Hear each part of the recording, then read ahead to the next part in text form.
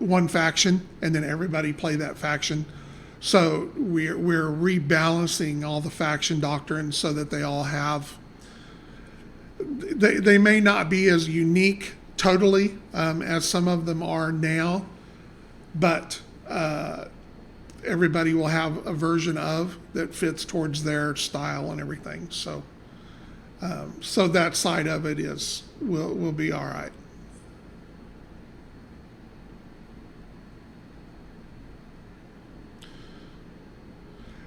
I think where and I don't have them in front of me, so I can't on the deal like that. But thank you for pointing that out. That is something that came up that we have talked about as far as making sure that somebody didn't get a lot of extra points that was not figured into the overall score. I think one of the things that we came out with was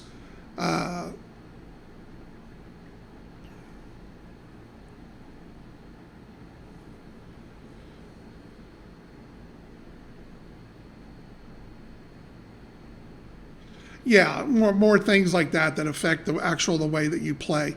I think that we discussed that if we had anything that actually cost points that would greatly offset a fight or something like that, that those points would need to come off of upgrades or specializations or something like that.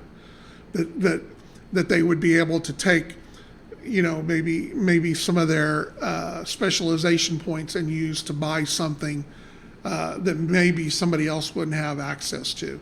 But you still both have those points. So you may not be able to get that, but you'll still be able to use those points for something else that should equal that out. There's always going to be a level of maybe this is a little better, maybe that's a little worse, especially depending on how dice roll, how people play. There's so many of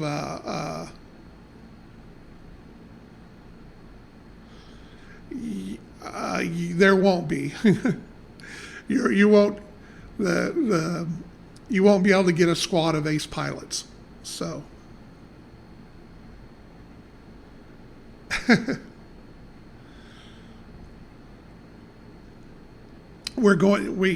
as far as the core for the actual miniatures game side of it, there is a limit to officers, NCOs, aces, veterans that you can put into a particular squad or whatever. You're not going to be able to go in and put in, and build an entire force group of nothing but ace pilots. And the overall points you have available to do that are going to be lowered anyway. It was never intended for upgrades, especially to be, so we've had to kind of rebalance some of those points. It was never the intention that you would go in and buy 10 or 12 upgrades for a force group. Upgrades were more designed to put one here, put one there, just something to kind of tweak your force a little bit. And that's really the direction that we're pushing them towards. That way you don't have as much for both sides to try to keep track of.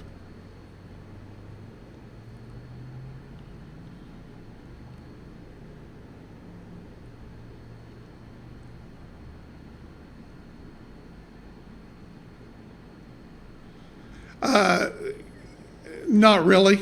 I mean, it depends on how you want to do it. As opposed to there being, 10, 12, 15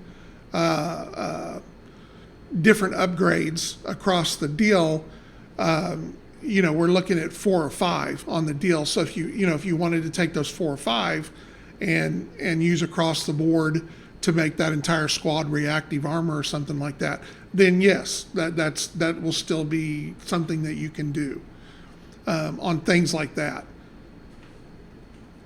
Now, some of the things like ace pilot and veteran pilot and stuff like that are going to be limited to how many can be actually purchased. There'll be a purchase limit. But things like reactive armor, things like that, if that's what you want to do with the squad, you'll be able to do that. But the rest of your force group will probably not have many, if at all, upgrades.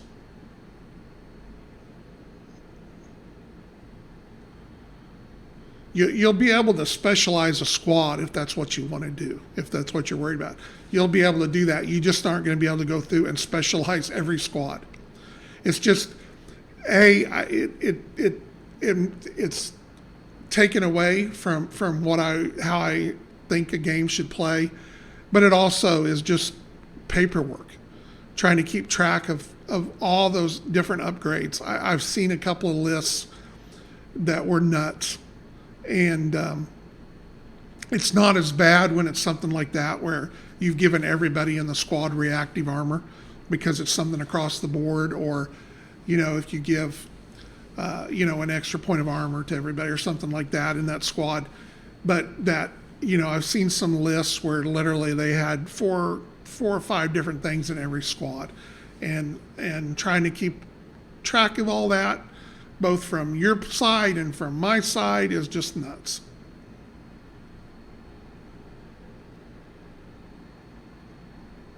In my opinion.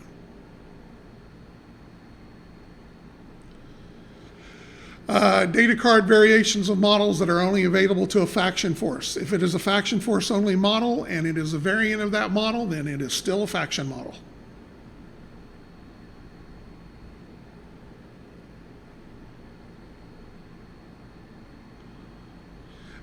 But you got to remember, those are only available to a faction force as opposed to another faction force. If you're playing in an open force like a mercenary or whatever, then everything is available, regardless of who makes it.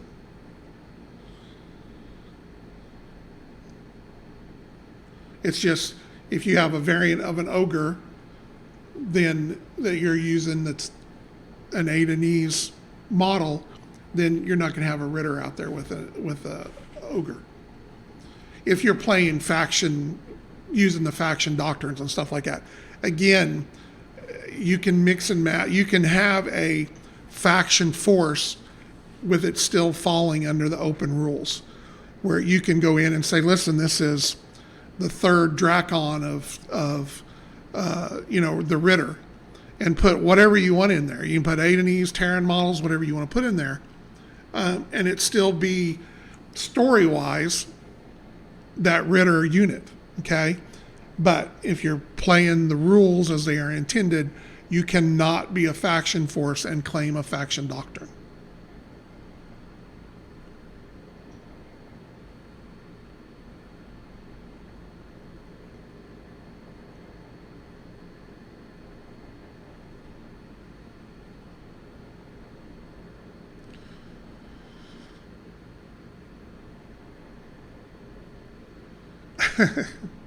Yeah, I have Emithril, half Ritter Lich under different names. Confuse everybody.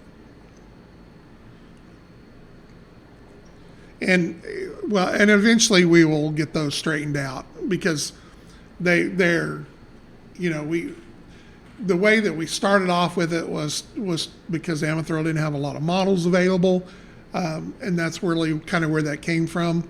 And then as we switched out, like I said, those are basically end up going to be rebuilds of models that they acquired from the Ritter. So when we do the model under those names, there'll be a significant difference on how they look.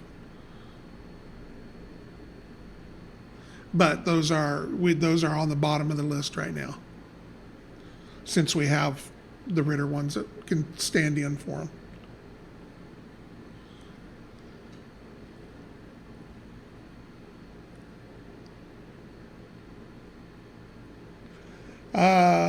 What else? What else off the top of my head? Other than that, I think for the most part, it's lots of little tweaks. A lot of it is just incorporating the errata that's already there. And roll abilities.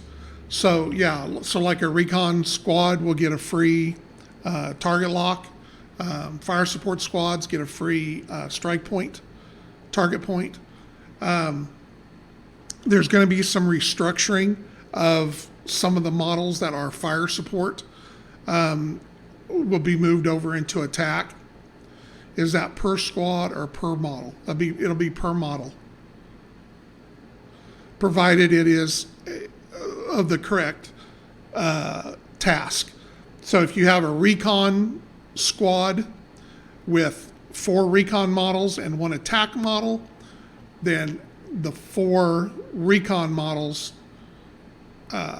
So actually the roles are going to be more task specific as opposed to squad specific. So recon models get a free target lock, fire support models get a free target lock on strike points. And then I'll have to go back and look because there's something in there because of how they mix and match, and I don't remember off the top of my head the way it is. So it may be by squad, it may be by model. I'll have to go back and look. So anyway, so some of the models that are listed as fire support will be moving over into either attack roles or specialist roles or something like that. Fire support going forward will be basically models whose primary role attack is rockets. So like the Reaper, the Silverback, those will become attack models that are all guided missiles, that are all direct fire.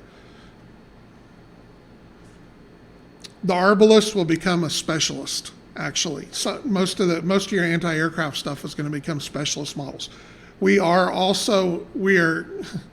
kind of taking a step back on those because I was tweaking them back and forth, trying to get them to be what I wanted them to be. Anti-aircraft is going to come back as an SA. So we're going to make anti-aircraft be more specific towards anti-aircraft. So just keep that in mind. But most of your anti-aircraft are going to become specialist models. Also, guided missiles are being specialized in the sense of they're not all going to be the same thing. So guided missiles are going to break down into 3 different types. You're going to have surface to surface, surface to air, and air to air, I believe. So they will be specific to what they use. But you will be able to mix and match them. So if you wanted to take an aircraft and put air to ground missiles on it, AGMs, and have air to air missiles to take care of aircraft, you will be able to put 2 different launchers on there. You won't be able to change the ammo out because the launcher is a launcher, but you will be able to mix launchers and have different kind of guided missiles if you want. There will also be an extra level added to the game map, to the game board. Obviously, we have the ground level. We have the ground support role for the aircraft, but we're also going to have a higher tier that is strictly air-to-air that models will be able to go up to and fly. So I don't have all the specifics of that here in front of me. So that's something that'll have a little bit of a change.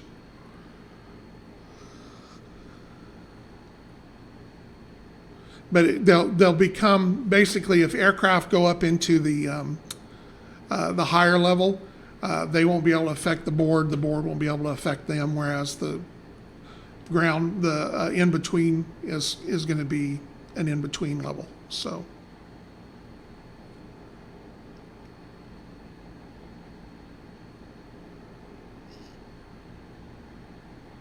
But I think that's really covering the bigger items there. Not a whole lot of them, but some of the changes are pretty drastic.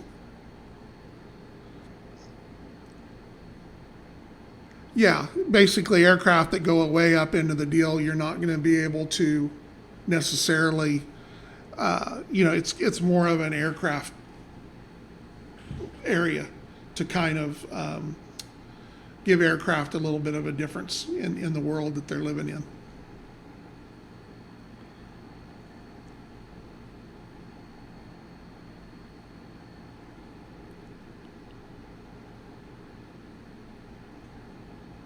No, because there are going to be two different systems.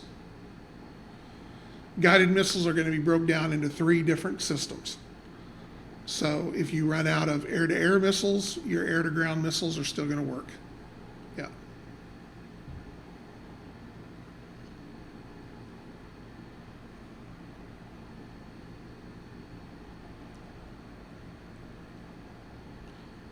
Because the real world equivalent is something like,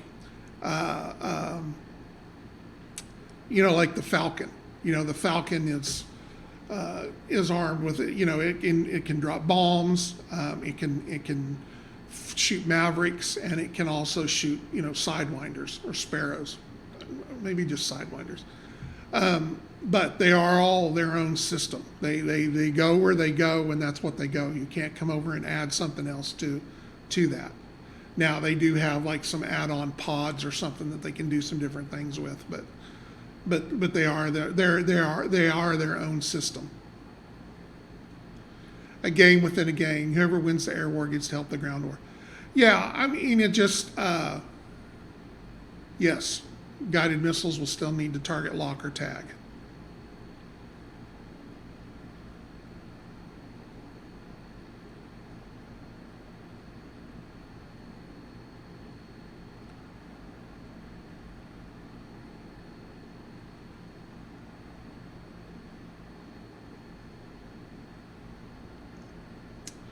Okay, so rather than get into additional stuff that I can't remember off the top of my head anyway, questions? Got a couple of minutes. I know you guys are asking some. I'm trying to answer them.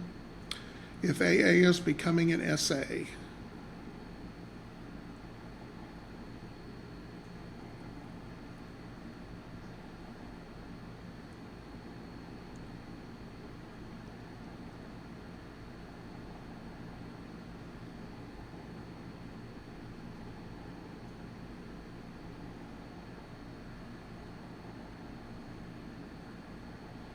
Will all AA missile platforms have ground-to-air missiles? Yes.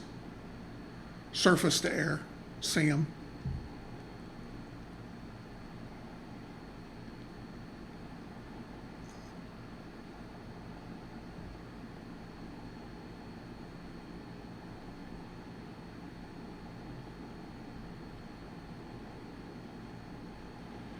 Well, you'll be able to, sorry. 9 o'clock. Or will there be some ground models with SAMs?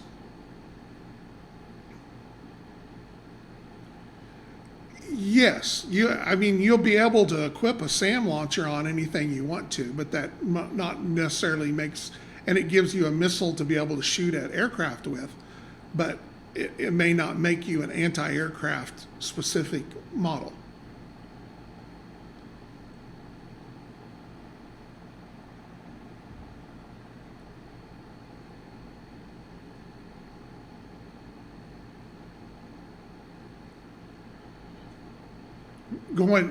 We'll go through all the models and everything like that. Of course, most of your models are going to be,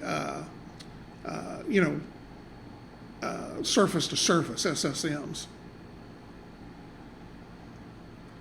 Good night, Elmarin. We'll see you later.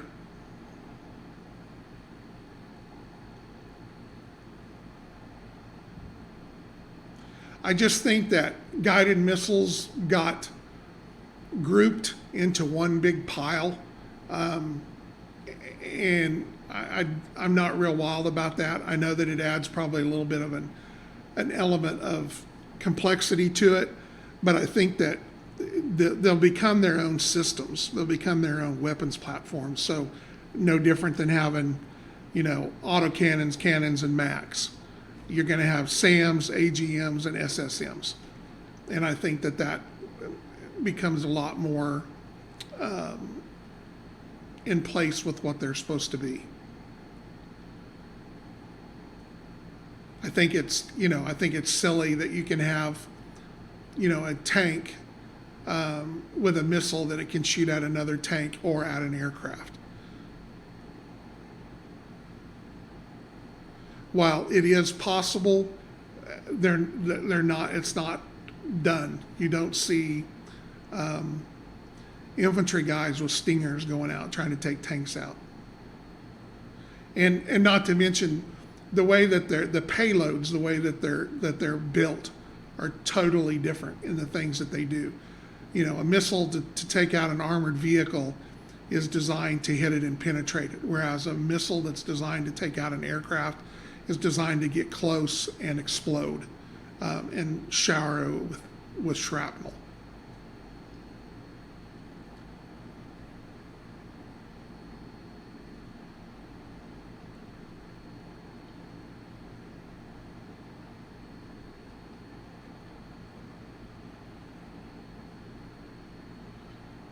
And truthfully, and it may be that it works out, because this is one that's still being tweaked on. Soviet RPGs blow up anything. Yeah, they will. If you are the greatest RPG guy in the world, and you can line that dude up and you can get it on target, and you can hit about anything you want to. But I don't think that they're shooting a lot of aircraft down with RPGs that are at 15,000 feet. And it may be that it really breaks down more into two, that you have SAMs, and then you have kind of air to ground and surface to surface, really one type of missile, because they're doing the same thing. Obviously, one can be mounted on an aircraft and one's mounted on the ground, but at the end, they're both designed to take out armored vehicles. So it probably will be more of a double mix, as opposed to everyone being its own individual platform. More of an anti-armor and an anti-aircraft type missile. Okay, well, with that being said, and we are talking about the first Red Dawn. Screw the second Red Dawn, by the way. Wolverines! I'm sorry. Let's call it a night. I hope you enjoyed the show. Hope you are happy with some of the changes that are coming. I definitely think things will be cleaned up and made a lot more easier to understand. And obviously getting the errata and the FAQ worked into one document will help immensely. So, and like I said, lots of little other tweaks, little things that we changed with an essay here or there. I do know that instead of special abilities, they are special attributes now, because ability does not always work, is not the right word to use with something like an ammo bin. It's not really an ability, it's just an attribute of having an ammo bin. So still essays, and I think in the rule book we had special abilities and attributes, and we were going to kind of go back and forth, but I think it's all going to fall under special attributes going forward. So, all right, well, with that being said, I'm done. I'm out of here. I'm going home. Losing my voice. So I will talk to you all later. Take care. Be cool. Thank you, Hobby Habit. Thank you for being here, everybody. Thank you for being here. And people that subscribed tonight, thank you. We appreciate it. We're here for you guys. So, but anything that you do to show us appreciation is appreciated. So, good night. Take care. Adieu.